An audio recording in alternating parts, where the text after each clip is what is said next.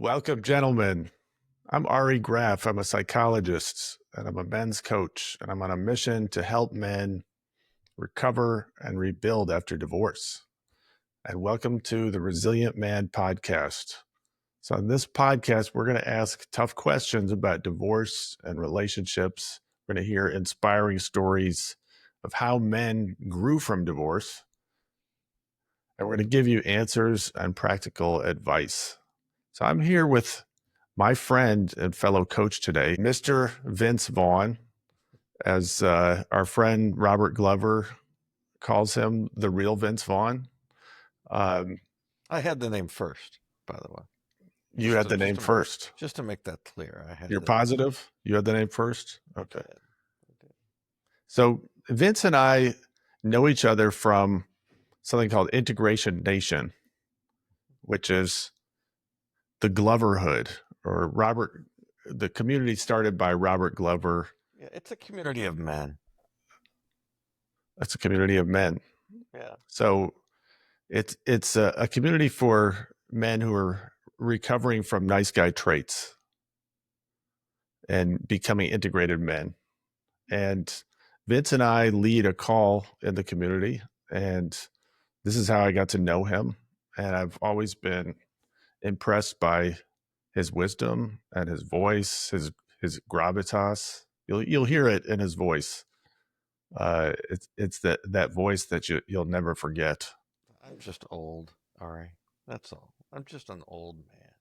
Okay, let wisdom. That's all I'm doing. Let me give you your props. Okay. I appreciate the humility, but let me give you your props. Okay, fine.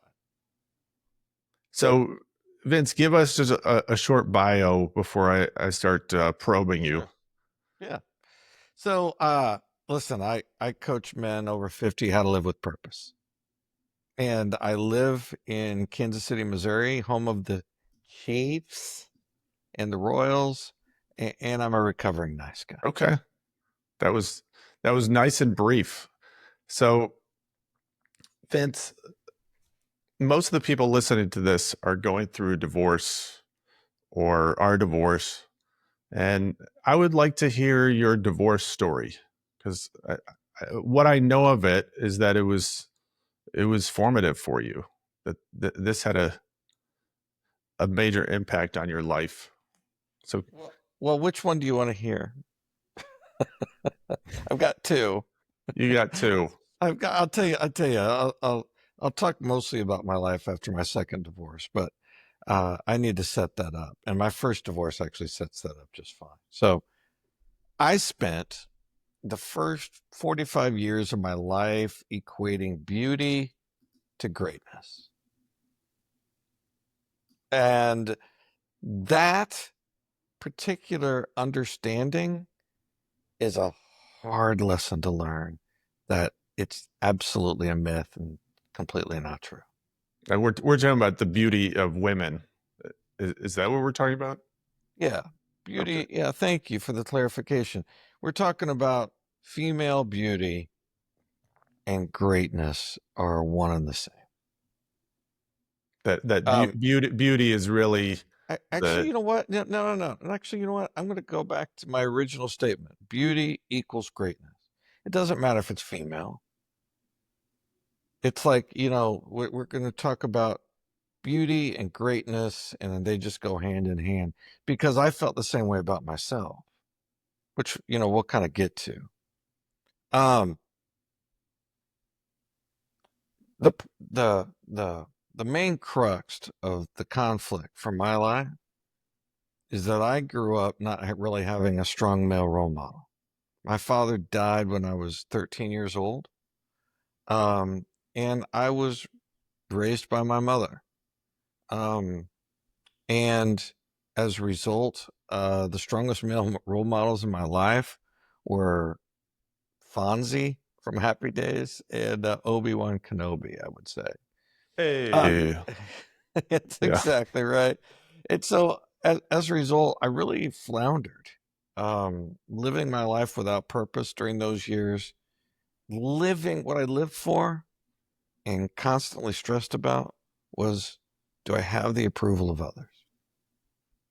Um, and that was a good 45 years. I'm 58 now. Um, and those those I'm really grateful for the first 45.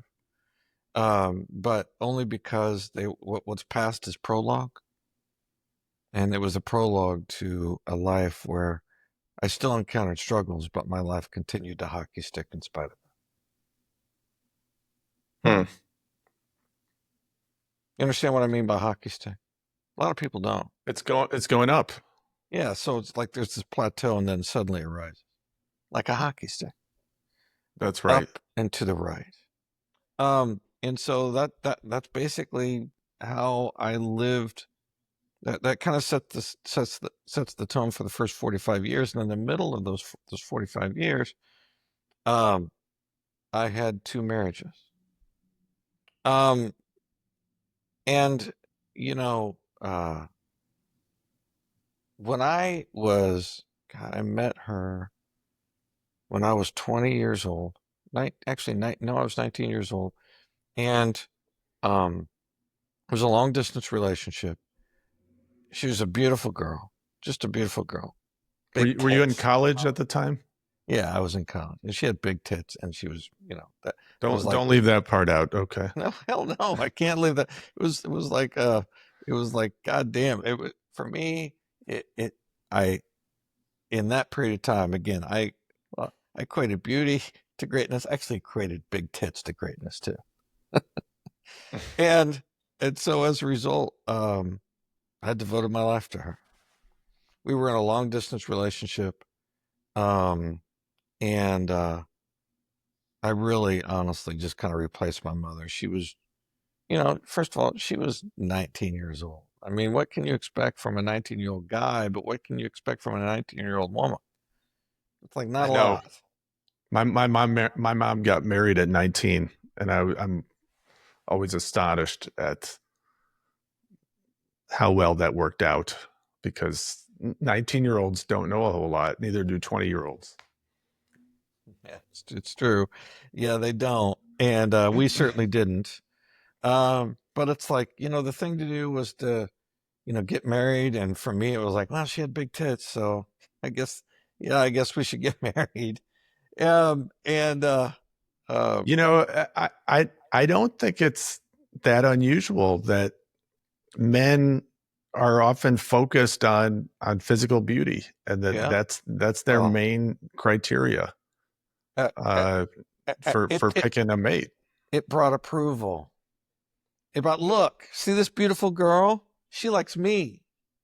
Like and she married me. So by association, I must be pretty great too. Um, yeah, man, I absolutely believe that. Um, Were I you spent aware of this before was I we aware talked? Yeah, was I aware of it before you and I talked? yeah. Yeah, I went through a period of discovery in my life where it's like, oh, that's why I did the things I did. I've done a lot of work. So All fast right, so forward. so we'll get to that work. I interrupted you. I did want to get uh, get your divorce story first. So we're getting a glimpse of how you got into that marriage. Yeah, What and happened? well, the first marriage, it was just we were just really young, didn't know who we were, um, and because I lived for the approval of others, I tried to do things like I remember I would like call 900 numbers. Um, I would buy Chiefs tickets. I would if and by the way, kids, you might not know what a 900 number is, but we would actually call and have someone talk dirty to you and pay by the minute, and it would actually go to your phone bill. It didn't even necessarily go to your credit card. It would go to your phone bill. And here's the deal. I spent a life where I would like race home. I knew like around the day that the phone bill would come, and I would race home during lunch, grab the phone bill, and then steal it from the mailbox. Before she got home. Because you were just ashamed. I was absolutely, dude. I believe that coping with shame, we can either live our lives or cope with shame and anxiety.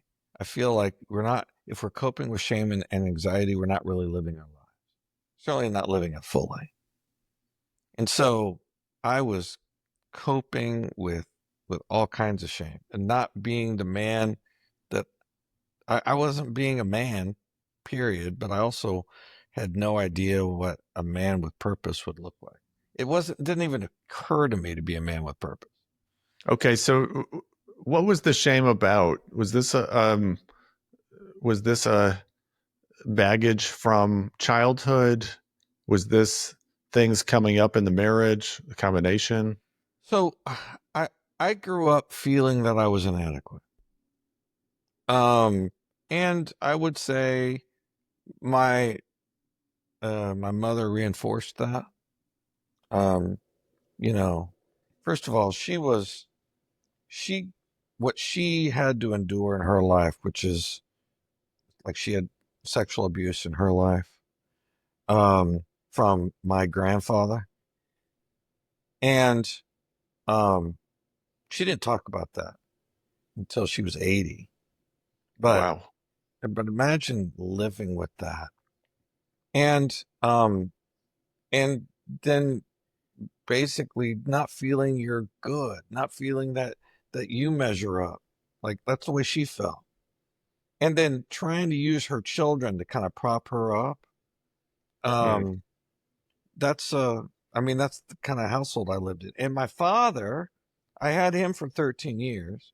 My father was all about teaching me how to make sure that I knew that my mother was the most important person in the home. Like you got to watch out for your mother.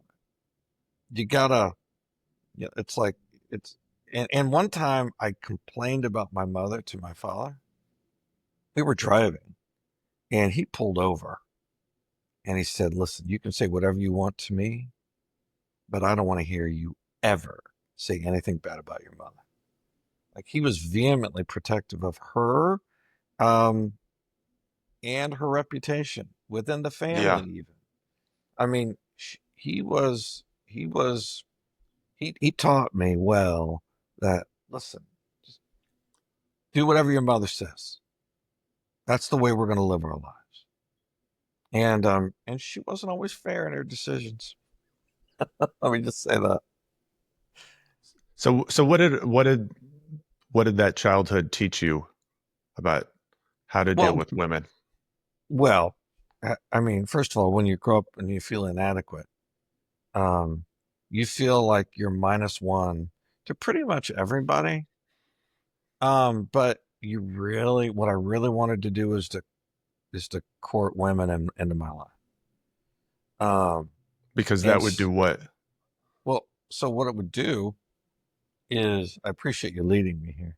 Um, so what it would do is help me feel like I was worthy of love, like worthy of my Yes. mother's love. But I mean, for me, it was like, you know, to assign this feeling of adequacy, just adequate, just assign this feeling of like, listen, I'm a good person and I can define that because this person loves me.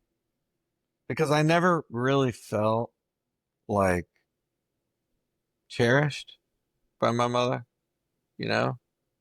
Um, Your value was always about shoring her up. Is that how you would say it? my value was in um, creating a problem-free life for her. That's what I would say. Now I'll say this: my relationship with my mother after the age of it began after my first divorce. Actually, I started to see my mother differently because my mother, after my first divorce, was the only person really that was 100% there for me, and I Hmm. thought she was going to be like not there for me at all. And that actually made a dramatic impact on me because I felt like I was finally getting some of the love from my mother that I always felt like I wanted. Um, and I was with my first wife for 15 years, and that marriage was loveless for like, I'm going to say certainly the last 10. I mean, honestly, we should have divorced after maybe one or two. Okay, so let's go back. So you're married now. You're you're calling 900 numbers. Uh-huh. Uh, what's happening? Well, what's happening is that I'm finding it really difficult to pay my bills. Um, I'm finding it really difficult to feel like I'm an admirable man. Like, I'm, when you're young, you just feel like you deserve like what you see on television, um, or in movies, and you don't really equate the that respect is earned. You just feel like you just want it. And it's not just What were respect, you it's doing? admiration. It's admiration Uh, is what I was after. And I didn't feel it. And so as a result, I felt the shame of who I was. And I was gonna listen, if my heart and head weren't gonna be happy, I was gonna make sure my cock was happy.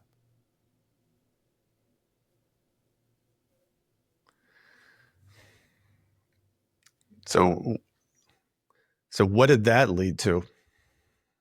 Well, um, what it led to was a marriage that was devoid of love and sex. Um, Were you she having affairs? Do you consider escorts affairs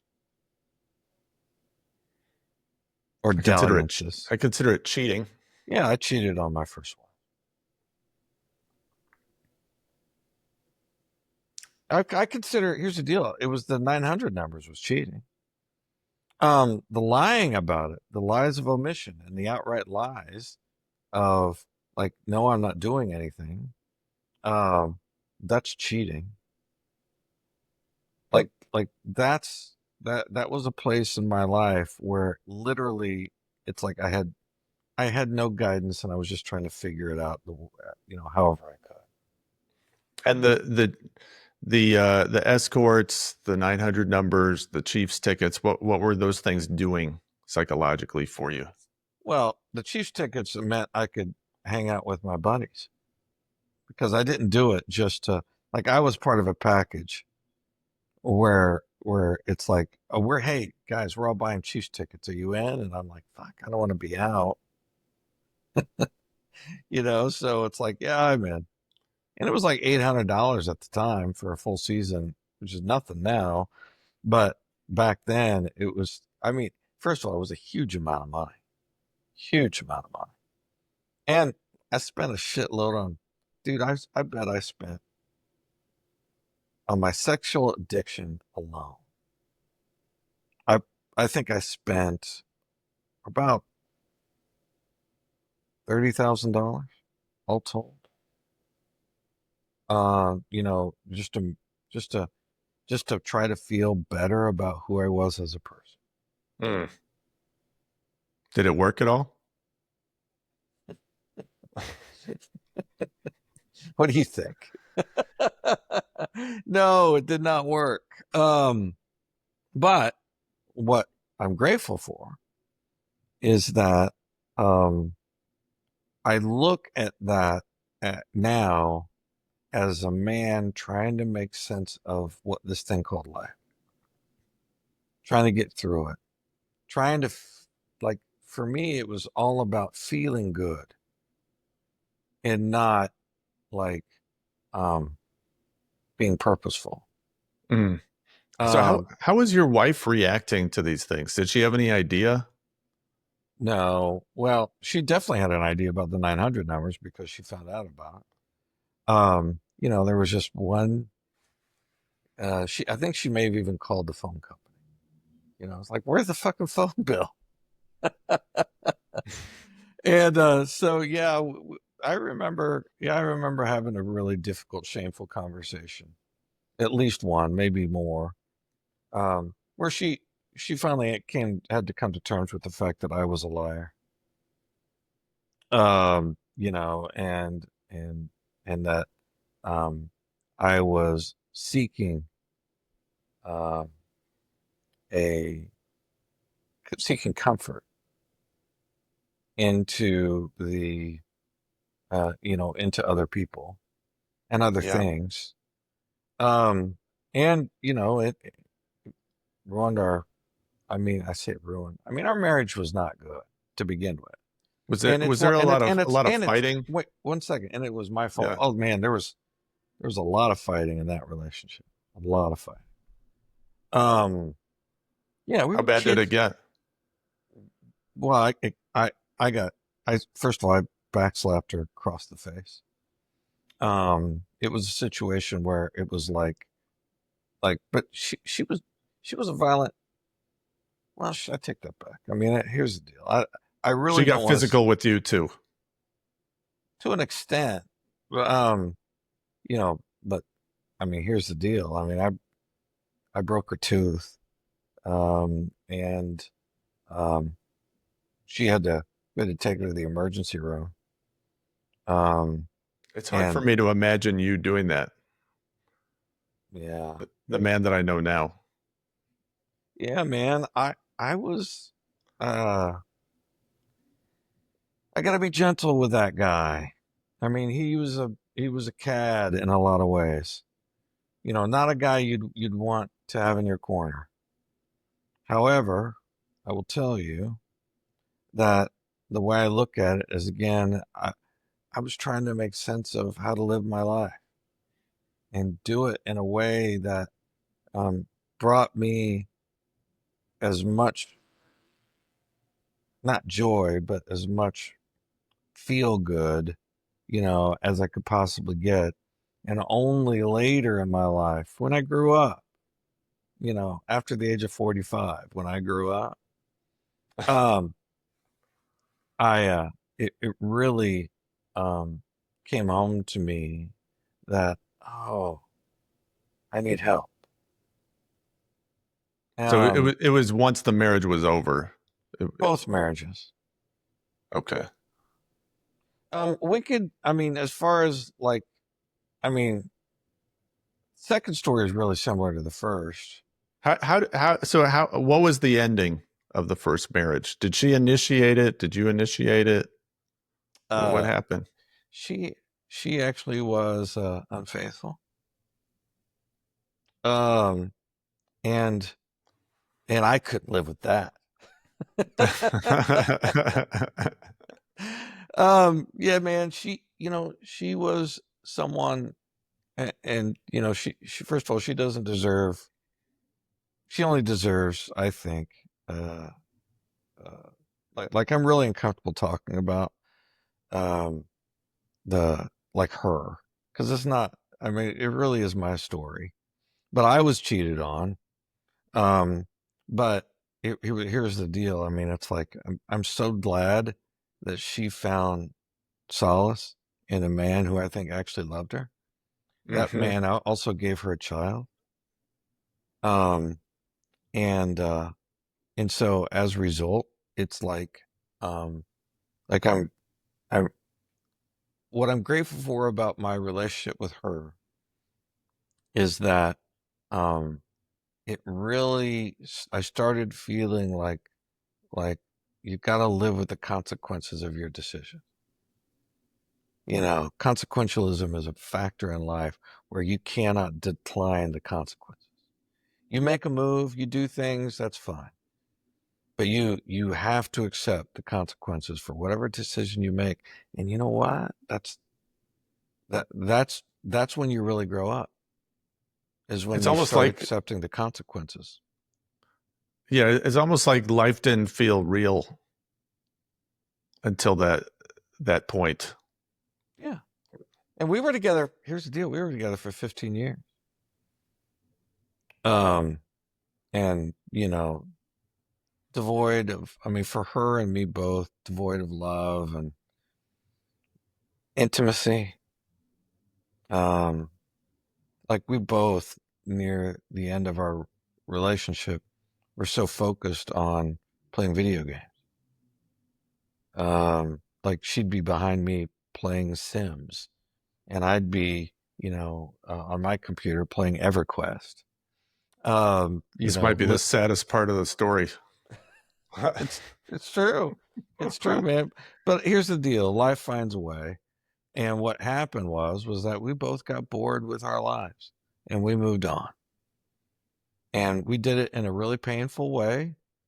However, again, we were just figuring it out and trying to move on and do the best we could. Both of us. So, what was your emotional state like at the point of divorce and going through divorce? Relief. Honestly, man, I was so relieved to be like alone. Well, when I left my divorce, my first divorce, I resolved that I wanted two things. I wanted my salary and my dog. That's it.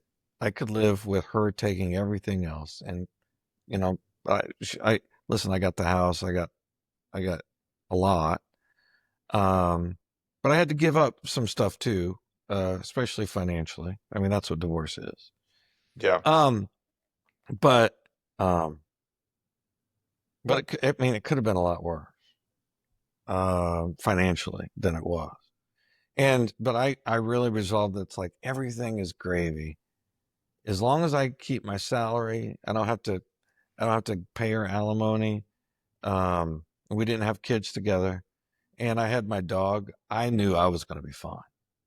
And so, after the first divorce, I was so relieved to like not have to wake up to that relationship anymore.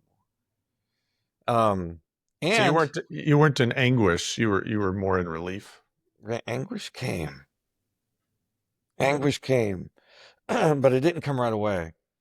What came right away is I got on a single site and I started dating. I started getting laid, and I'm like, my God, this is perfect. My life is amazing. Um, I don't have to lie. I don't have to cheat. I don't have to see escorts. Um, I don't have to call 900 numbers. I mean, it's like my life was really wonderful because I really embraced this new singleness until and it didn't take long. It took like a month. I met one woman. A month is not very long. Yeah. Yeah. I met one woman and whoosh. So I was very much not only attracted, but I mean I was all in on her life. She was a reservist, an army reservist, and she was afraid that when she got called up, she didn't know what to do with her daughter. Like after 6 months, I'm going to take her daughter, and if she gets called up. I mean, we were just all in on a relationship. You It guys lasts really fused. Yeah. fused big time. She needed me, and I needed her. Um, and you know, uh, she was great in bed. I learned a lot. Just being with her, and it it was it was a fun relationship until it wasn't. And then when I broke up with her, and I broke up with her to start seeing really somebody else. Um, and then that didn't work out. Um, that's when the anguish set in. So what was that? The anguish was that, God damn, I am just not adequate. Here I am, lived this like, like, like when you're alone in the shower, or alone anywhere. But for me, it was when I was alone in the shower, I was able to get real with who I was. And all the lies I told, all the, all the, you know, all the money I invested, all the money I spent on escorts, hookers, massage parlors, whatever. And, um, and so as a result, what happened was that I, you can't lie to yourself. And I just remember just bawling in the shower, man. Just just like just letting the water like rain down on me, and I'm in a fetal position on the floor of the shower. Like just so fucking pathetic. Um Was this but your come to Jesus moment, would you say? it was a come to Jesus moment that I needed to live differently. And but I still didn't know how. Um and that's when I discovered Neil Strauss. Um So Neil, go yeah, ahead. tell us a little bit about Neil. Yeah, Neil wrote The Game. He infiltrated this world of pickup artists. And he had this website called Style Life. And so what I did is that I started learning how to pick up. I mean, it was So Neil wonderful. was still in his pickup phase. Is that Oh yeah. okay? Yeah, he hadn't released The Truth yet. He had just released The Game, and then he created this website. It was a community of men, but it was all around how to pick up girls. Um, and and wow, what a revelation that was. Um, you know, there was, and I'm building to something here to help you understand exactly who I was. Yeah. And and with Neil, it was like, okay, dude, how are you going to open it? Do these routines. Do this like penny nickel dime. Uh, it's this thing where you call a woman over and you have a penny, nickel, and dime in your hand. And you might have even borrowed it from her. Said, "Hey, I got something to show you. You got a penny, nickel, and a dime." Sure. So she would just pull it out. You had change back in the day, Right. right? That's what I was going to say. People still had three types of coins on them. Yeah, Yeah. especially in their fucking huge ass purse. And you'd be like, okay, um, uh, Johnny's mother had three sons, or uh, uh, no, no, sorry. You're Okay, not picking me up here, no, Vince. You got I'm just to. sharing you. I'm just telling you the story. So, Yeah. jo- Johnny's mother had three children: Penny, Nicholas, and what's the third? What's the name of the third child? Diana.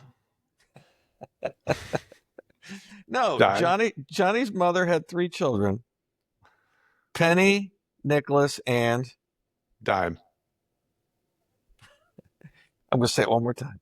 Johnny's mother had three children: Penny, Nicholas, and Johnny. right. Oh my God. So I mean that was like, something I learned at Style Life, like how to go up and just approach people and have fun with them. Yeah. Um, but also it's like, you started learning things about the dynamics of men versus women. Like beautiful women are hit on all the time. Um, and especially from an online perspective, I mean, it's like they get where you might have three or four or five messages as a guy, she'll have 100. Right. Um, and this whole idea of like, it's what drives us. I mean, men, I mean, we got to procreate, we got to populate the species. And it's like from my perspective, that's what I certainly, that was number one on my list of priorities for the world, is to help uh, try to, if not populate the world. Like I have no children that I know of, but by the same token, I'm going to do everything I could to see what I could populate, so to speak.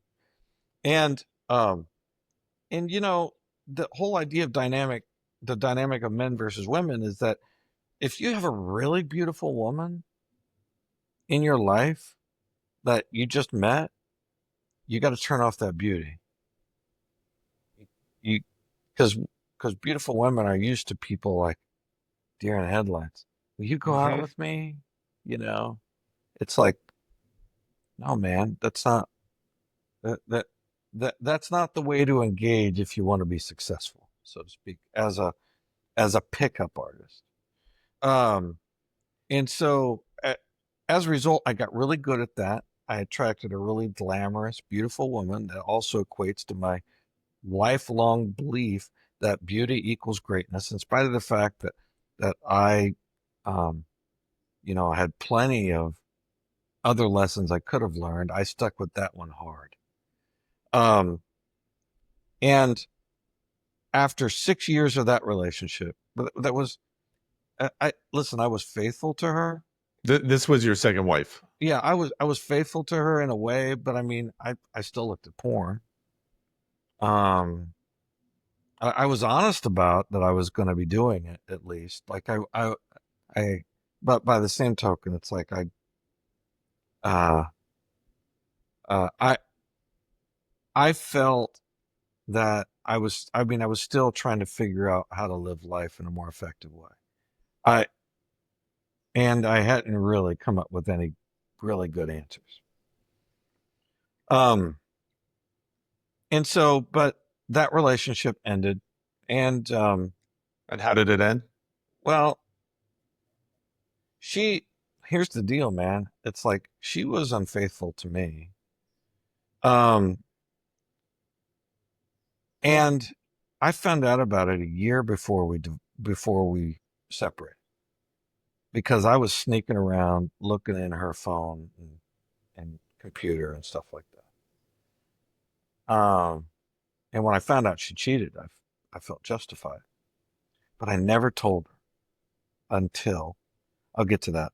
But I never told her, A, because I felt shame in doing what I was doing, like going behind, invading her privacy. Like that was a that was something that it's like I didn't want to own up to. But also, I also felt like I could use it as an opportunity to really see where I was failing as a man. So I kind of took a lot of the blame of her cheating. I took that on, as well as the shame of like invading her privacy. I didn't want to confront that. Um, but what I did was that I took that on like maybe she's cheating on me because I'm just not a good enough man. So maybe I Mm. can use this time to become a better man, which all I was doing was becoming more nice, trying to gain Hmm. her approval. Um, it made me even less attractive. To the point that it's like after uh, it just fell apart. I remember our last wedding anniversary. We didn't even celebrate it. And I I filed for divorce shortly after. But you had really fallen into the nice guy pattern. I That did. that was initially what you saw as becoming a better man. Well, here's the deal. It's like that relationship. I say that relationship. My whole life led to the moment where I reached out to a coach. Her name is Kim Seltzer, a dating coach. Um, and what she helped me understand is that this beauty equal greatness philosophy that I had. It started with me. Like like I thought I went to her because I was tired of dating bimbos. But what she helped me realize is that, listen, I'm a mimbo, you know? I'm the Hmm. shallow person and I'm only valuing what's on the external. I'm only valuing what gives what I feel approval from. Um, and that was a huge thing that started me on my journey of of of hockey sticking my life, where what happened was that um, Kim, by helping me understand that I was a membo, she also was the one who introduced the book No More Mr. Nice Guy. Um, and No More Mr. Nice Guy by Dr. Robert Glover. I remember reading that chapter, the first chapter. I'm like, motherfucker, this guy has a camera in my home videotaping me and just describing everything that a nice guy does. And he's writing a book about it and just not using my name. Like I 100% felt that way. And, um, and I continued to see her. And then I, I met a woman that I just approached differently. I mean, she was beautiful, but by the same token, I valued also what she brought to the table. Is this your current partner? No, no, no, this is not. Um, no, that relationship lasted 3 years, but after a year and a half, I fell into nice guy patterns. Um, A because year and a half into that relationship. yeah, I did. I fell into a nice guy pattern, and what happened was that um, after that relationship failed, and that listen, that I know you're going to ask how that failed, but I'll tell you, it's like it just kind of fell apart because I was not leading. I didn't lead that relationship. I did at one time. I would say the first year and a half, and then the last year and a half, I started just working for her approval, just trying to make her happy. Not doing a good job of it, but trying to like just do things to assuage like whatever situation we might have been in. And How do you explain going from leading back to the nice guy? What How do you uh, explain that? erosion. Um, you know, what's that term? I'll think of it. Um, it's what happens to like um, just what happens over time. Erosion is a good enough term. We can use that. Where it's like, you know, when when when the water crashes on the rock, eventually over time, there's erosion that happens. Do you think it's there's Hey, that that a laziness that a so lot of men have? I'm not going to say laziness. I'm going to say it's a lack of purpose. Um, because that erosion is going to happen all the time, regardless. I mean, we live our lives with life coming at us, constantly, and the and erosion is just a factor of life. The what what was missing from my life was still ambition and purpose.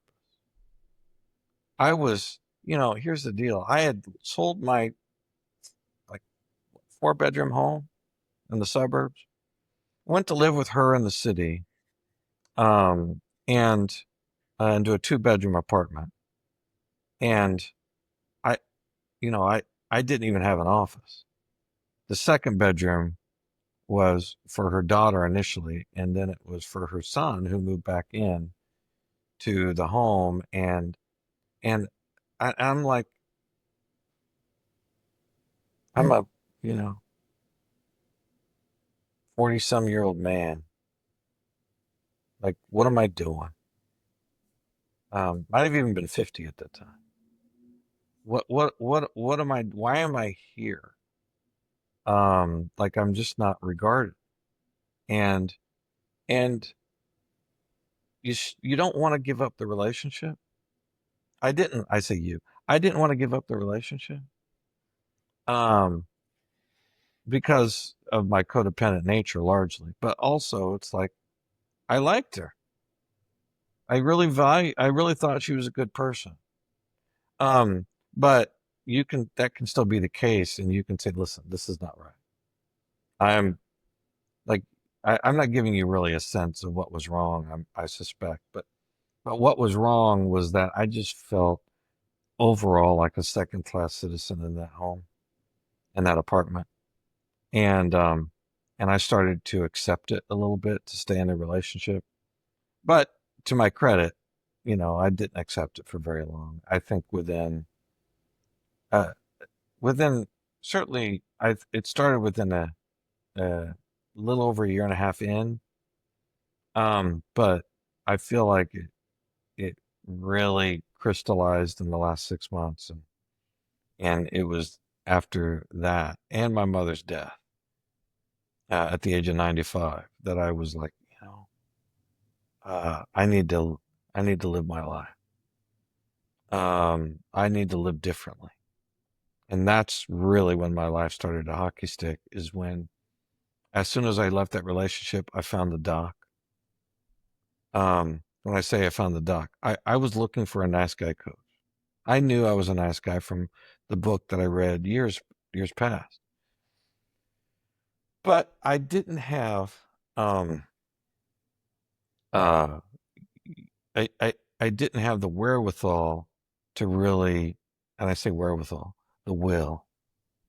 I didn't have the will to really seek somebody out to help me live my life more effectively until I ended that relationship, that last relationship. And I was, I need help so bad, and I couldn't find anyone. I just went to the doc, and right on the doc's website, it says, individual coaching. So I emailed him, and he was like, yeah, let's meet, let's talk. So we met for one session, and it was like, I think I can help you. And I was like, okay. And that began a more than 3 year relationship with Dr. Glover, um, where, and Neil Strauss. So I hired Neil Strauss at the same time as well. Because Neil had written, Two big names. yeah, Neil had written The Truth by this point. And I was so moved by it that it's like, and he had this community of men called the Society. And so I joined the Society, and that both things were very transformational. Um, Neil helped me deal with the trauma in my life. And what the doc helped me deal with how to behave with the trauma. He's a cognitive behaviorist, really, deep down. The doc is. And, Neil is like, really, let's get to the fucking root of what's causing you dysfunction. So both of those were really crucial in your journey. Absolutely, man. My life would be completely different without one or the other. And that has really influenced me and the way I coach men. Because I feel like you do need to get to the root of who you are, but you also have to act your way out of, when you get fat, okay, when you gain a lot of weight, the main way, even if you take, a tirzepatide or any kind of semaglutide or any kind of deal, you still have to work your way out of your um, the weight gain. You work to get into it. You got to work to get yourself out of it, and that's what cognitive to me. That's what cognitive behaviorism really is about: is working your way, thinking and working your way so that you don't get in these situations anymore. Situations like nice guy syndrome. It's an interesting analogy, trauma and taking a semaglutide. I think I'm saying it right. Yeah, Uh, you are. do you have a little more? I don't want to cut this short. No, let's go. Let's go for as long as we need to. Okay. So those two men were really pivotal in your journey in terms of you're shifting out of being a nice guy, uh, becoming a more conscious man. Is that how you would describe it? I would say um, conscious is the key word there. You know, it's like, so when you deal with the trauma, here's the deal. When you experience trauma, um, when you experience inadequacy in your life and you just take it for granted, you're not conscious of it. You're just constantly like a lemming, moving from part, one stage in your life to the other, almost like a domino falling. And the domino feels like, I fell because that guy pushed me. When really, if you want to like go out to like a 30,000 foot view, you're like, oh, you fell because that domino, like 100 dominoes earlier, was pushed. And that's awareness. That's being conscious.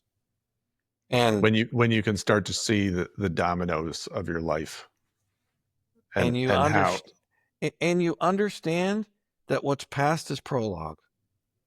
Like the where I feel like so many men get caught is that they feel like I've got to be different than who I am, you know? And instead, it's like, no, it's not about being different. It's about being more authentic. It's about being more of who you are.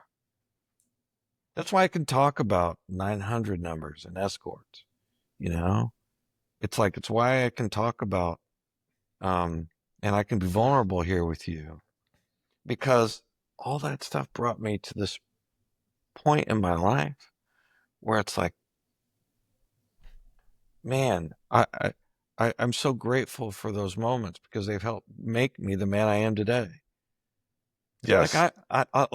I'm aware of the emptiness that hiring an escort would bring me. I'm I'm I'm aware of that I have no desire to, to live a polyamorous lifestyle. I am delightfully monogamous, you know? And as a result, I, I am, because I know that I can't hold the space of more than one woman in my life. And I don't want to, because here's the deal. My life is more than my woman. Um, I have, like I just got back on a week-long trip with, one of my best friends. It was amazing. One of the greatest trips I've ever taken. It's your Hawaii trip? Huh? Um, but I mean, there's no better time than like going to Vegas with your buddies and things like that. But my week is built like Monday night. I play board games online with somebody. Tuesday night, I've got you and I facilitate a tribe call on Integration Nation. Um, Wednesday, it's kind of like a free night for me. Thursday, I spend time with my woman. Fridays for the boys, whatever we're doing, going to a bar, going to art galleries or whatever, just hanging out, going to a baseball game. Uh, Saturday nights is for my woman, but I'm busy Saturday morning, like coaching or doing things. And Sunday we have what I love is that typically me and my woman have a really long Sunday morning that we can just lay in bed and fuck or not and just talk and just have really close intimate time that we can be together. And then, you know, Sunday night it's just like a kind of a down night for me. And I can't imagine what it would be like if I had to have a woman like any more of those nights. I mean, my life would suffer if I tried to chase tail, you know? It's like having your own life without dependent upon your woman to bring you entertainment, or a woman to bring you entertainment, man, I've never felt better about my life than the way I live it right Yeah, there's a few really important points here, and the first one that you just said is that you have centered your life in a different way than you did in your past marriages, past relationships. now. Yeah. As more of a nice guy, you've centered it on yourself, and you know, Dr. Glover talks about the great cake of a life concept, which is Uh-huh. that Yeah. an integrated woman, or sorry, integrated man, uh, doesn't make their partner their everything. Where they're looking to their partner exclusively to meet their emotional needs.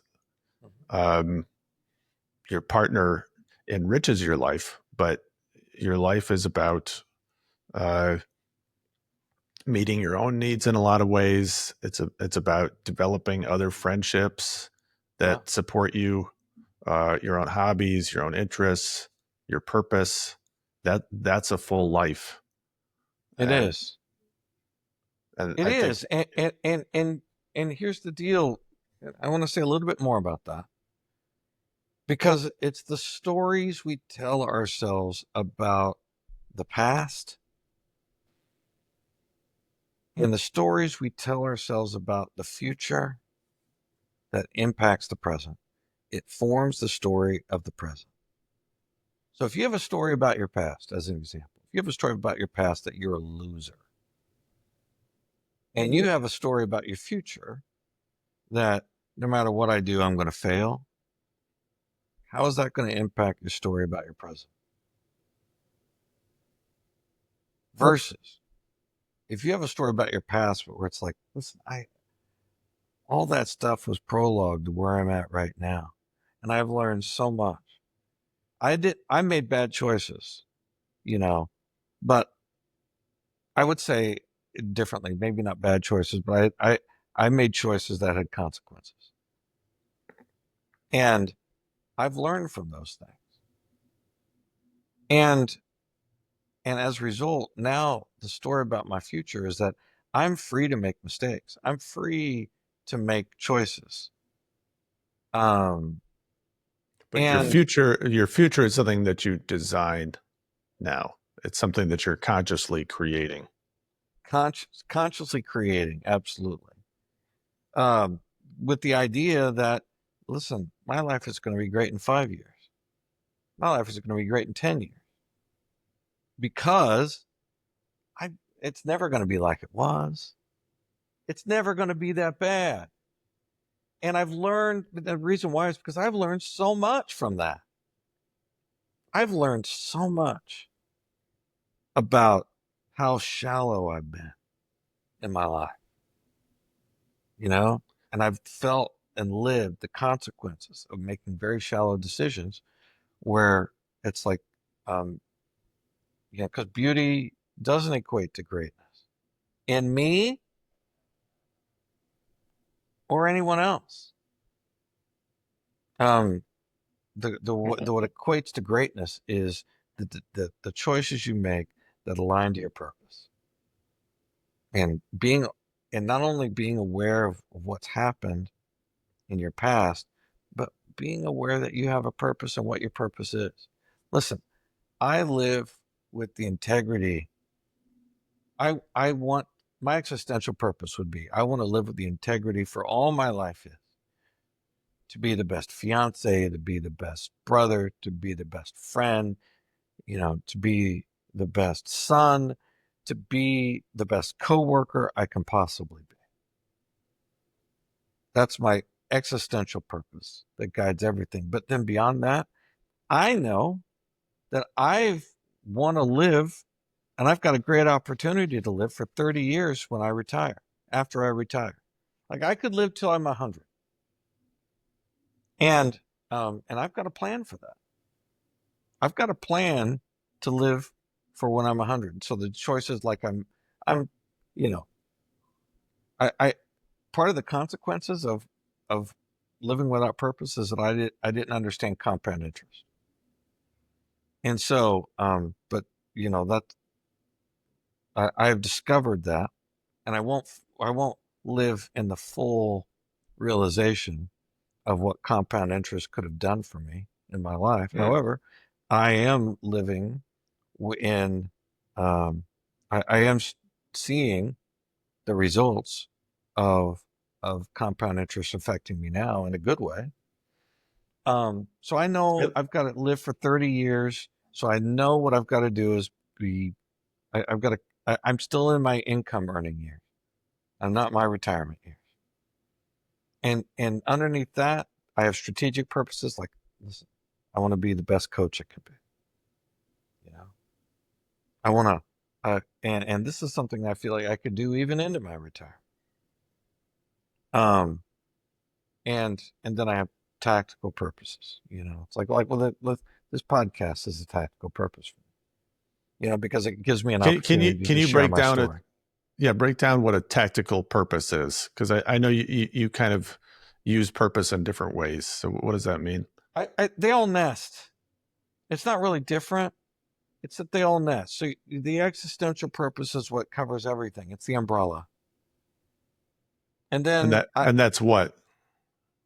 to live with the integrity for all my life is to be the best fiance, to be the best son, to be the best coworker, to be the best friend, to be the best brother that I can possibly be.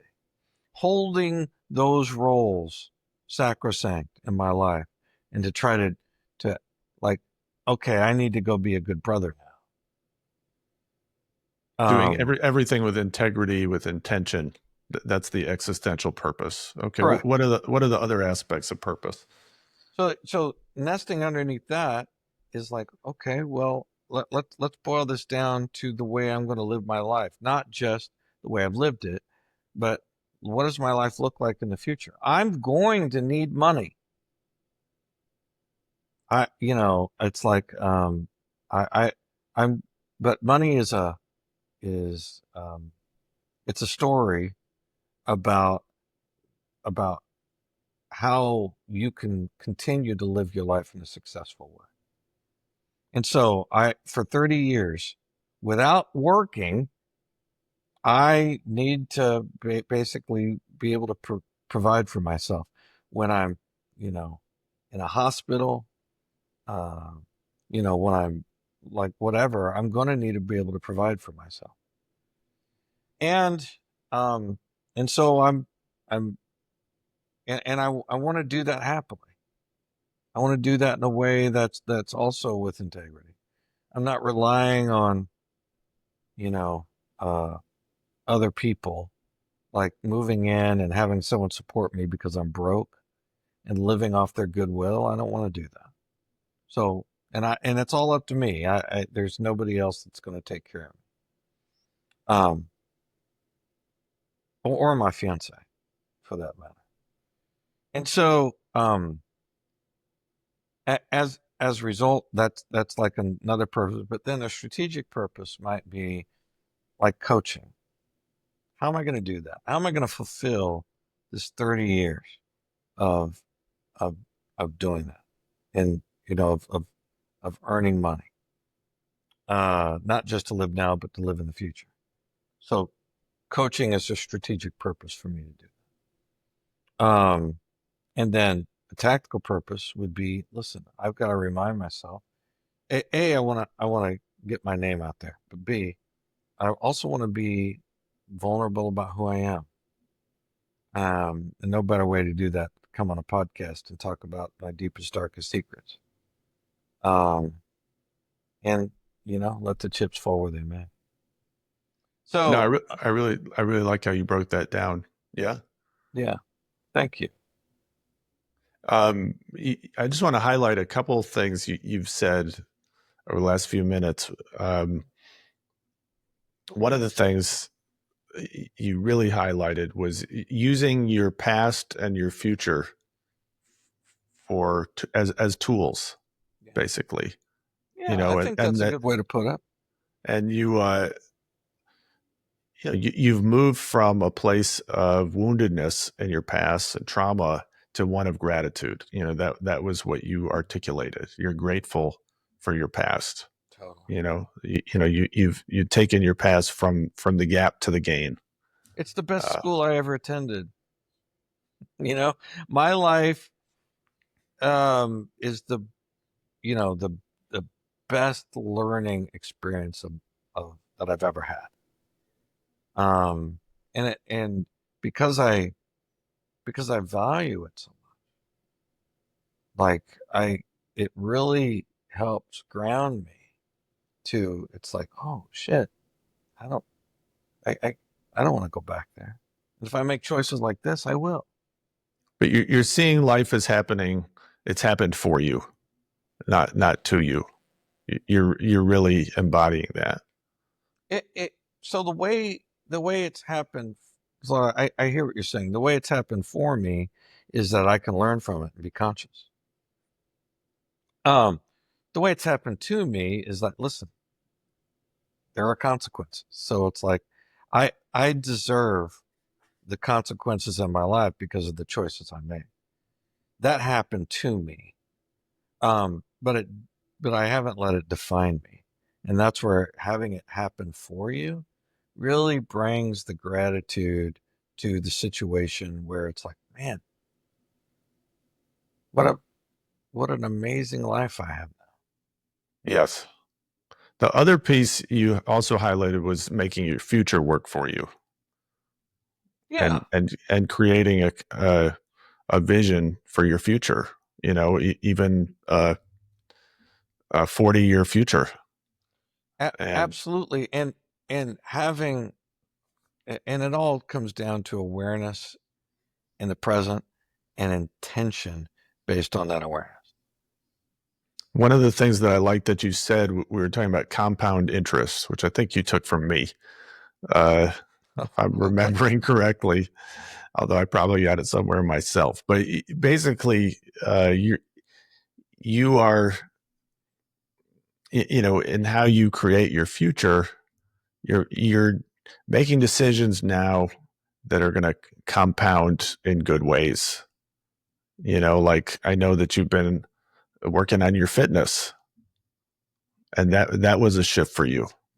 Um, you know, so if Especially coming out of the pandemic. It's been a big shift. so I you really let myself go during the pandemic, and since October of last year, I've been on a different journey. but I think you can do things for your health and fitness now that are going to have impact for decades. Building up your muscle now, your endurance. That those things compound and are going to lead to a longer, more able life.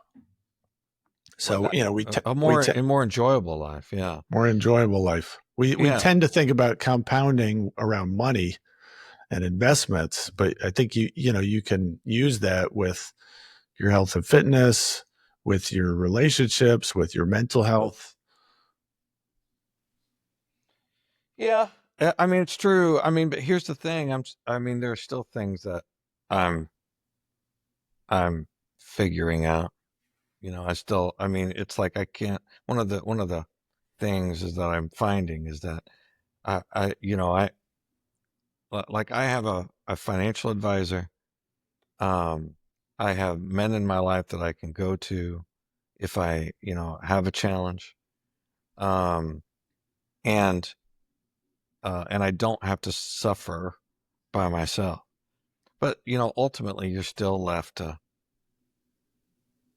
make decisions during the day, and it's like you can't consult. You just got to move with it.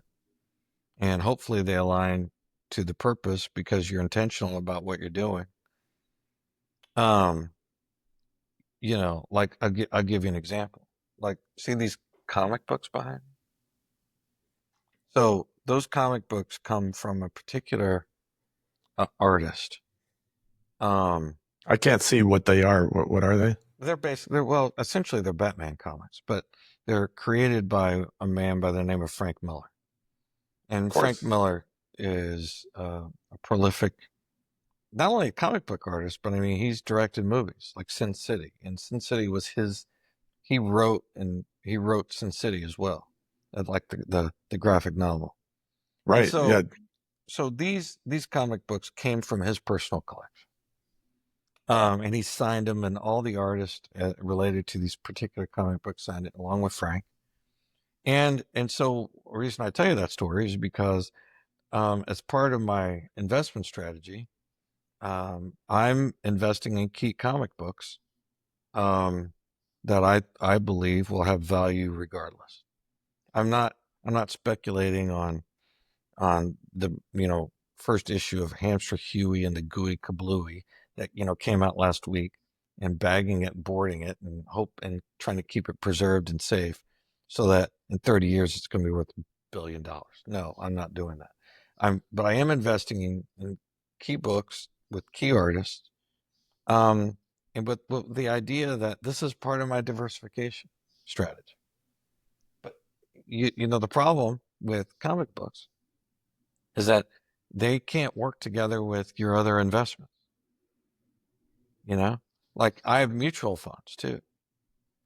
I have stocks. I have a Robinhood account where it's like, okay, fucking Palantir was down to 107 about 2 weeks ago, and it's like up to 130 now.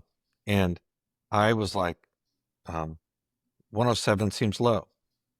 In spite of the fact the price to earnings ratio is horrible for that stock, I invested at 107, and then now it's up to 130. It'll go back down too.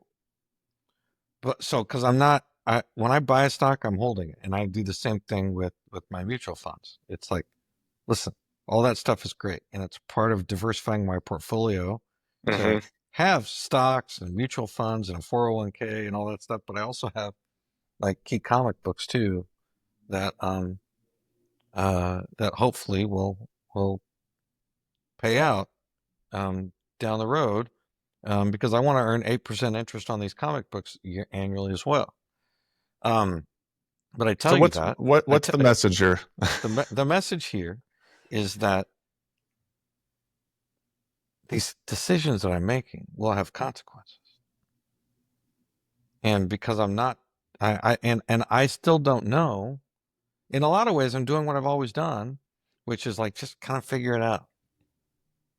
Um, you know, so I'm trying to leverage basically whatever learning I've had to, along with who I am, because I grew up being a huge nerd, things like that.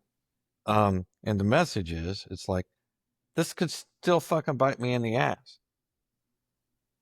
I don't. I can tell you that I don't have it all figured out, and I'm still trying to figure it out, and I'm still living with the consequences of my decisions.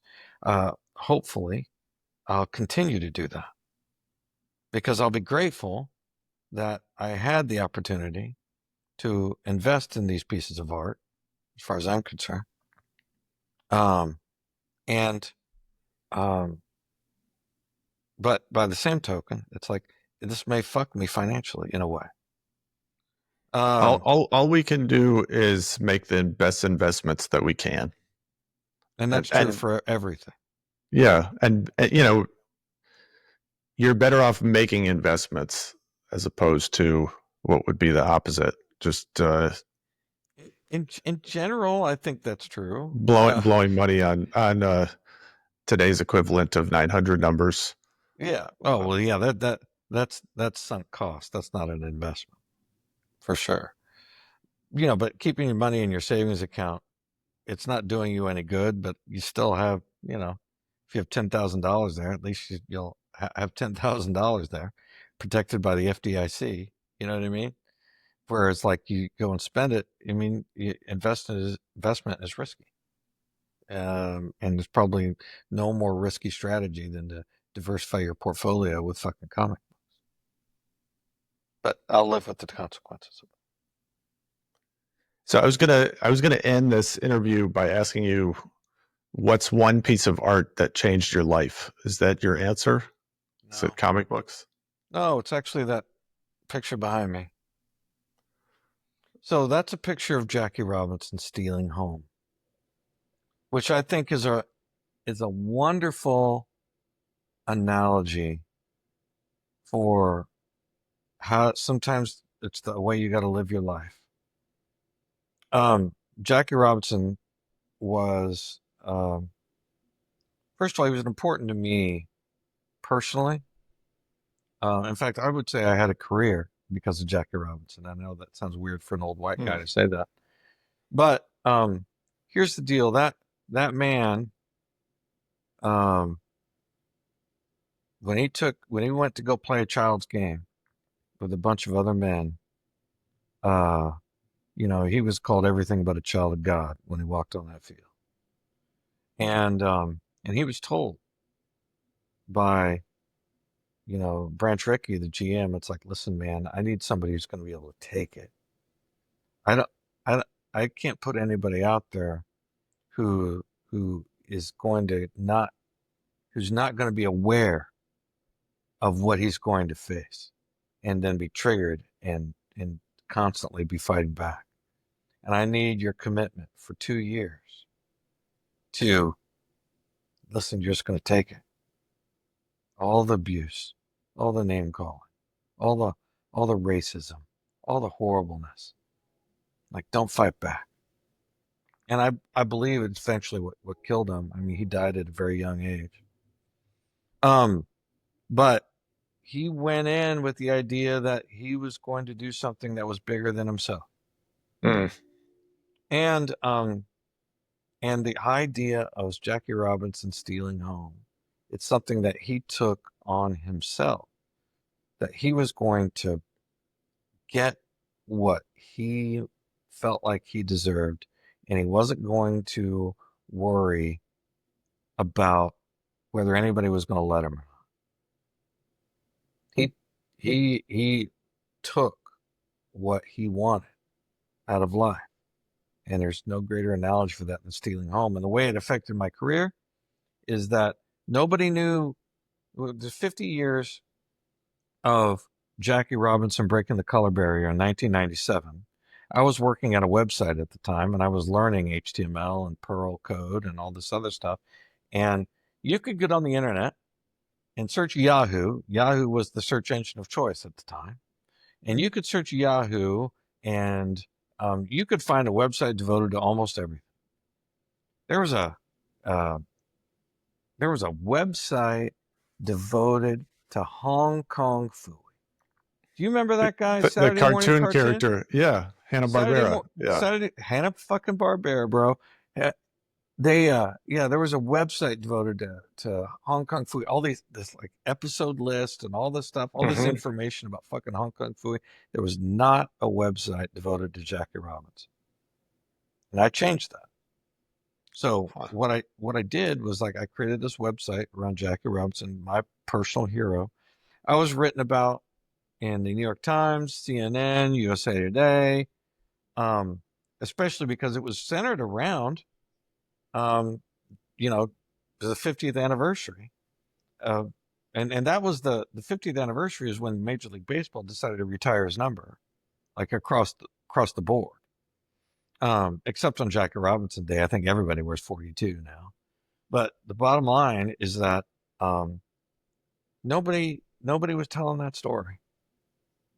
And I took it upon myself to tell that story, and I realized I had a career in technology as a result of me building that website. And so, when I saw that photo, and I saw it years ago, it's been hanging in my home for years and years.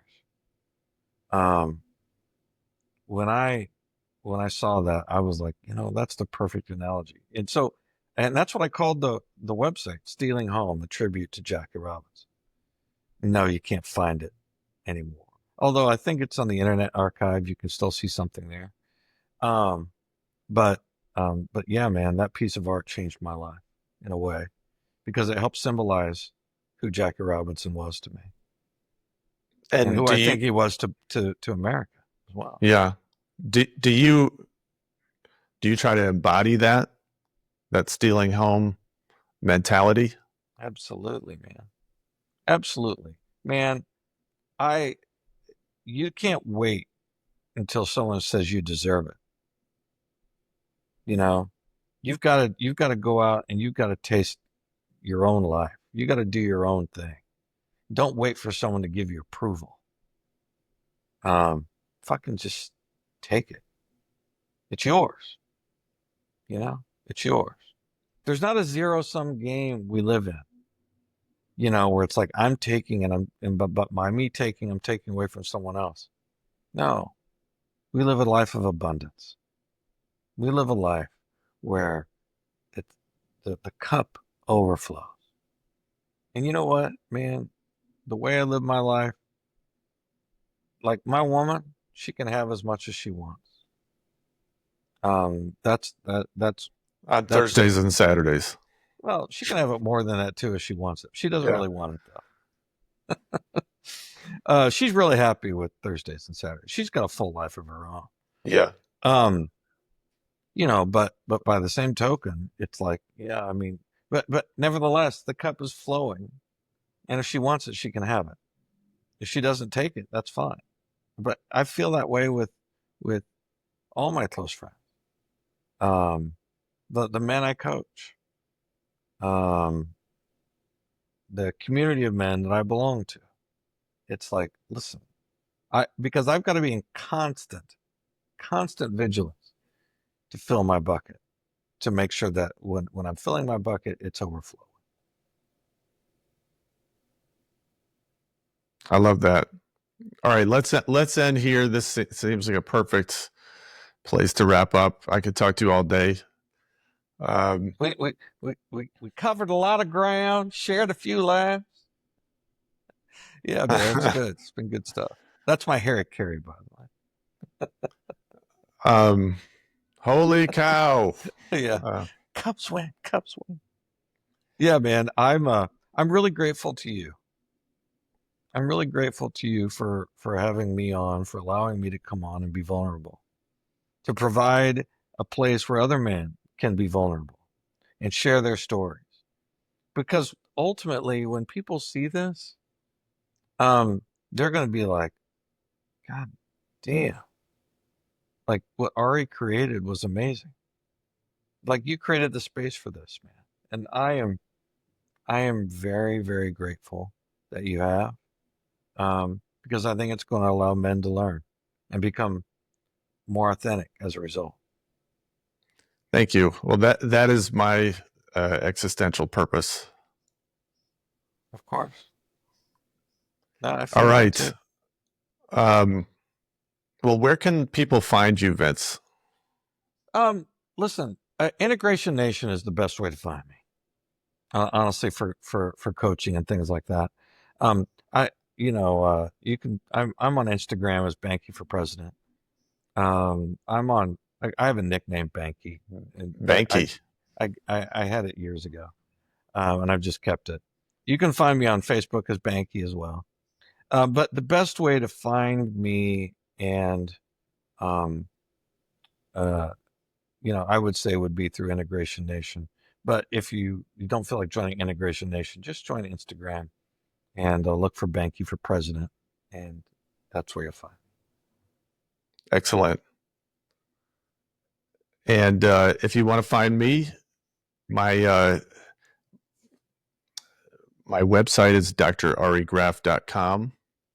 And if you're interested in my divorce program, it's drribgraff.com, the B for Benjamin. And we'll see you on the next episode.